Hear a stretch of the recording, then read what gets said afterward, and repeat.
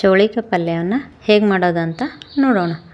ನೀವೆಲ್ಲ ತಿಂದಿರ್ಬೋದು. ಇದನ್ನ ಸೋಸಿಟ್ಕೊಂಡಿದ್ದೀನಿ. ಫಸ್ಟು ಇದಕ್ಕೆ ಬಾಣಲೆಗೆ ಎಣ್ಣೆ ಹಾಕಿ, ಎಣ್ಣೆ ಸ್ವಲ್ಪ ಬಿಸಿ ಆಗಬೇಕು. ಬಿಸಿ ಆದಮೇಲೆ ಅದಕ್ಕೆ ಚೌಳಿಕಾಯನ್ನು ಸೋಸಿಟ್ಕೊಂಡಿರ್ತಕ್ಕಂಥ ಚೌಳಿಕಾಯನ್ನು ಹಾಕಿ, ಚೌಳಿಕಾಯಿ ಚೆನ್ನಾಗಿ ರೋಸ್ಟ್ ಮಾಡ್ಕೊಳ್ಳಿ.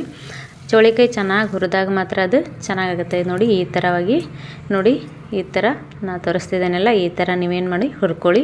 ಹುರ್ಕೊಂಡಾಗ ಮಾತ್ರ ಚೌಳಿಕಾಯಿ ತುಂಬ ಚೆನ್ನಾಗಾಗುತ್ತೆ. ಅದನ್ನು ಒಂದು ಬಾಣಲೆಗೆ ತೆಗೆದಿಟ್ಕೊಳ್ಳಿ.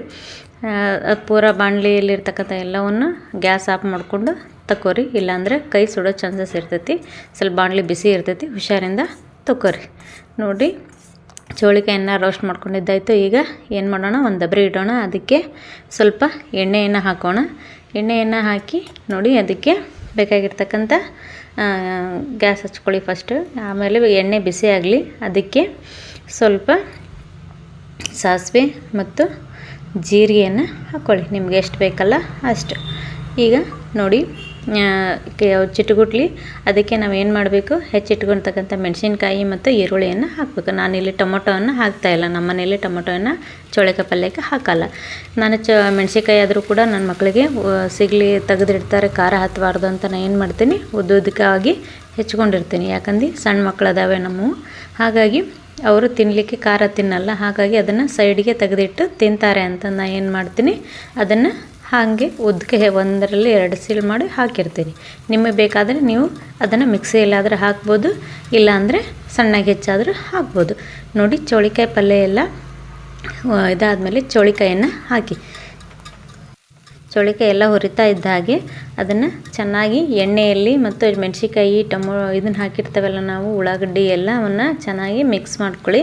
ಅದಕ್ಕೆ ರುಚಿಗೆ ತಕ್ಕಷ್ಟು ಉಪ್ಪು ಹಾಕ್ಕೊಳ್ಳಿ.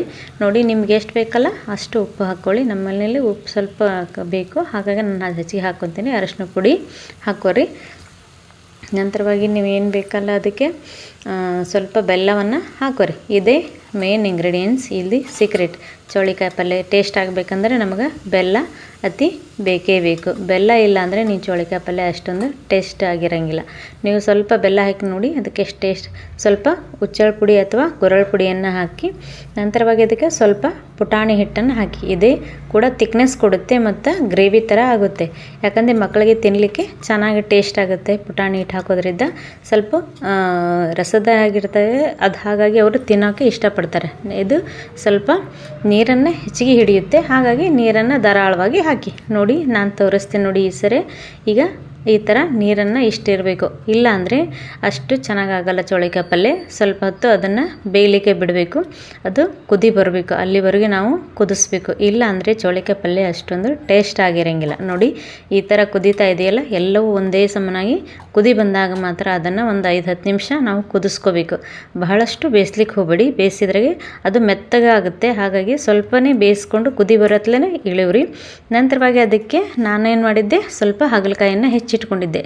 ನಮ್ಮ ಮಕ್ಕಳಿಗೆ ಇಷ್ಟ ಅಂತಂದು, ಹಾಗಾಗಿ ನನ್ನ ಮಕ್ಕಳು ಚೌಳಿಕಾಯಿ ಫ್ರೈಯನ್ನು ಇಷ್ಟಪಡ್ತಾರೆ. ಹಾಗಾಗಿ ನಾವು ಮನೆಯಲ್ಲಿ ಪಲ್ಯ ಮಾಡೋದಕ್ಕಿಂತ ಹಾಗಲಕಾಯನ್ನು ಫ್ರೈ ಮಾಡೋದೇ ಜಾಸ್ತಿ. ಎಣ್ಣೆ ಕಾದಿರಲಿ, ಅದಕ್ಕೆ ಕೂಡ ಹಾಗಲಕಾಯನ್ನು ಹಾಕ್ಕೊಂಡು ಎಣ್ಣೆ ಚಿಟ್ಗುಡುತ್ತೆ ಇದೆಲ್ಲ ಆ ರೀತಿ ಮಾಡ್ಕೊಳ್ಳಿ. ಆವಾಗ ಹುರ್ಕೊಳ್ಳಿ. ಸ್ವಲ್ಪ ಹಾಗಲಕಾಯನ್ನು ಹುರ್ಕೊಂಡು ಅದು ಸ್ವಲ್ಪ ಬ್ರೌನಿಷ್ ಆಗಬೇಕು. ಆ ಥರವಾಗಿ ನಾವು ಹಾಗಲಕಾಯನ್ನು ಹುರ್ಕೋಬೇಕಾಗತ್ತೆ.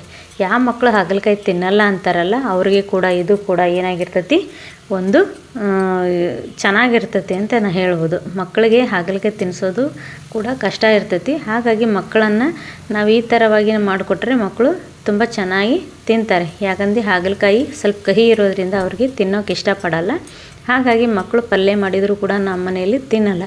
ಹೀಗೆ ಫ್ರೈ ಮಾಡಿಕೊಟ್ರೆ ಹಾಗಲಕಾಯಿ ತಿಂತಾರೆ. ಹಾಗಾಗಿ ಆರೋಗ್ಯಕ್ಕೆ ಒಳ್ಳೆಯದಂತ ನಾನು ಏನು ಮಾಡ್ತೀನಿ, ನನ್ನ ಮಕ್ಕಳಿಗೆ ನಾನು ಹುರಿದು ಕೊಡ್ತೀನಿ. ಹುರಿದು ಸ್ವಲ್ಪ ನೋಡಿ ಈ ಥರ ಅದು ಸ್ವಲ್ಪ ಎಣ್ಣೆ ಜಾಸ್ತಿ ಬರುತ್ತೆ. ಈ ಥರ ನಾವು ಕಪ್ಪಗಾಗೋ ತನಕ ಹುರ್ಕೊಂಡು ಅದನ್ನು ಒಂದು ಬಾಣಲೆಯಲ್ಲಿ ಟ್ರಾನ್ಸ್ಫರ್ ಮಾಡಿಕೊಂಡು ಅದಕ್ಕೆ ಕ್ಲೀನಾಗಿ ಟ್ರಾನ್ಸ್ಫರ್ ಮಾಡ್ಕೊಳ್ಳಿ. ಹಾಗಲಕಾಯಿ ಫುಲ್ ರೋಸ್ಟ್ ಇರಲಿ.